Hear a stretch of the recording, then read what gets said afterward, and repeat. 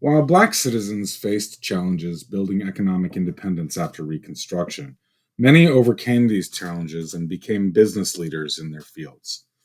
Among the first industries to be impacted by Black leaders were the press, manufacturing, and banking.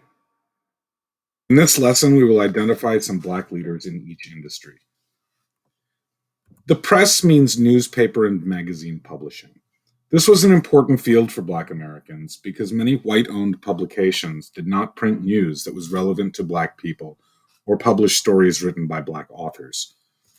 One of the most influential Black newspapers was The Guardian, whose pages were open to young militants who argued for full and immediate civil and political rights for all African Americans. In 1905, another very influential paper, the Chicago Defender, made its debut as a four-page weekly. Its publisher, Robert S. Abbott, wanted to print news for the average Black person rather than just intellectuals. W.E.B. Du Bois also created a magazine in 1910 in which NAACP leaders could share their views. Entitled The Crisis, it was selling as many as 100,000 copies a month by 1920.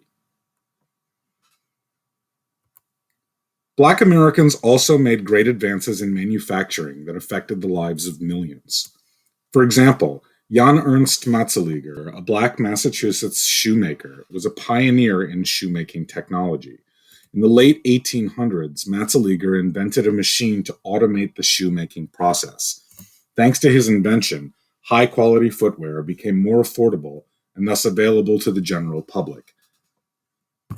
Sarah Breedlove Walker, better known as Madam C.J. Walker, was the first Black woman to become a millionaire.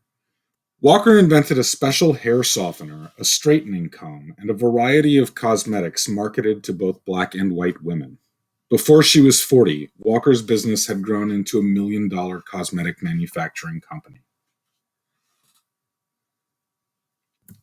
Another industry of importance to Black people was banking. White-owned banks often refused to offer loans to Black people, so some Black leaders began to create their own banks. Maggie Lena Walker was the first American woman to become president of a bank. Walker helped to create the St. Luke Consolidated Bank and Trust Company. A board member of the National Urban League, Walker spent her life helping African Americans move toward financial independence. Thanks to these business leaders, African Americans' ability to make money and provide for themselves slowly began to improve, but a great deal of progress was yet to be made.